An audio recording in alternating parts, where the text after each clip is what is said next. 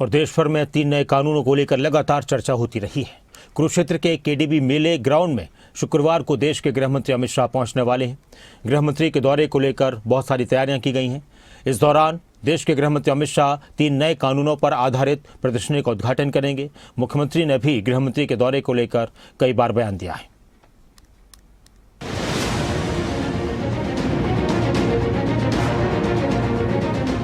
पावन धरती पर न्याय ज्ञान का महामिलन, न्याय प्रणाली के नवयुग का आरंभ, नए न्याय युग के खुलेंगे द्वार, नई सोच, नया कानून, नया भारत। कुरुक्षेत्र की पावन धरती एक बार फिर ऐतिहासिक पल की साक्षी बनने जा रही है।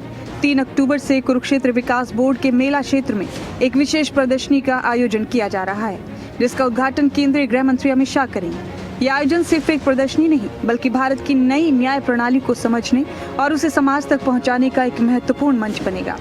नए कानूनों पर आधारित व्याख्यान, पैनल चर्चा और विशेषज्ञों की सहभागिता इस कार्यक्रम को और भी प्रभावशाली बनाएगी। ये पहल आमजन की समझ को नई दिशा देने का काम करेगी। मुख्यमंत्री नायब सिंह सैनी ने कहा कि 3 अक्टूबर को अमित शाह कुरुक्षेत्र दौरे पर रहेंगे। वो कोऑपरेटिव विभाग और नए क्रिमिनल लॉ से जुड़े कार्यक्रमों में शामिल होंगे और एक बड़ी प्रदर्शनी का शुभारंभ करेंगे। आदरणीय अमित शाह जी 3 तारीख को कोऑपरेटिव विभाग का एक बड़ा कार्यक्रम रोहतक में है, उसमें शिरकत करेंगे। फिर उसके बाद हरियाणा देश का पहला राज्य है जिसने अपने राज्य में 3 क्रिमिनल लॉज पूर्ण रूप से लागू करे। उसकी एग्जीबिशन का उद्घाटन करने के लिए कुरुक्षेत्र में आदरणीय अमित शाह जी रहेंगे।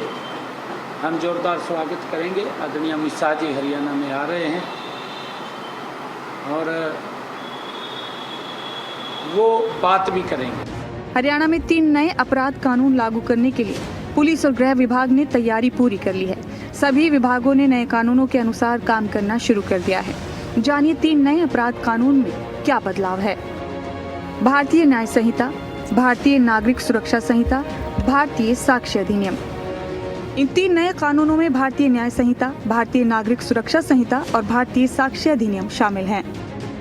पहले भारतीय दंड संहिता 1860 था, अब भारतीय न्याय संहिता 2023 है।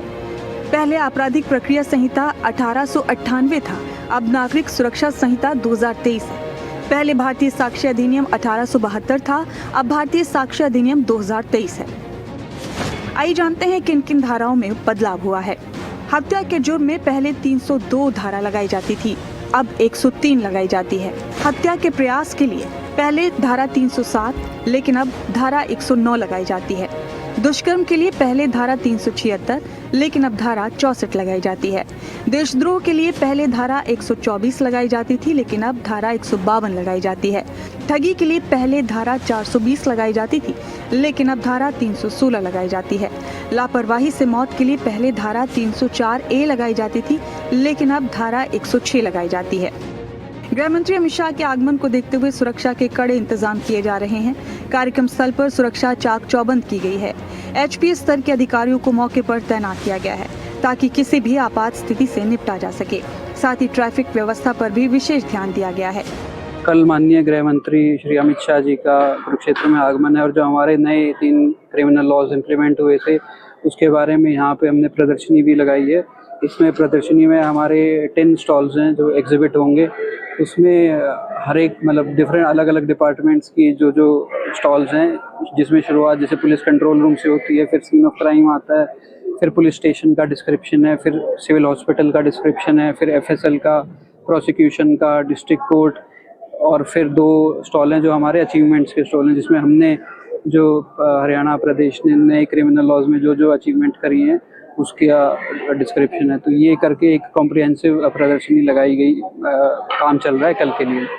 तो ये प्रदर्शनी आगे भी जारी रहेगी, सिर्फ कल तक नहीं रहेगी? ये 7 तारीख तक, कल माननीय गृह मंत्री जी द्वारा इसका शुभारंभ होगा और फिर ये 7 तारीख तक प्रदर्शनी चलेगी। केंद्रीय गृह मंत्री अमित शाह के आगमन को लेकर सुरक्षा के पुख्ता इंतजाम किए गए हैं। 6 पुलिस अधीक्षक, 20 डीएसपी और 22 पुलिस कंपनियां तैनात की गई हैं। जगह जगह सुरक्षा बलों की तैनाती की गई है ताकि कार्यक्रम शांतिपूर्ण और सुरक्षित रूप से संपन्न हो सके। केंद्रीय गृह मंत्री अमित शाह का कल कुरुक्षेत्र आगमन होगा, जिसको लेकर जो एक प्रदर्शनी लगाई जानी है, जिसकी तैयारियां जो है अंतिम चरण में है।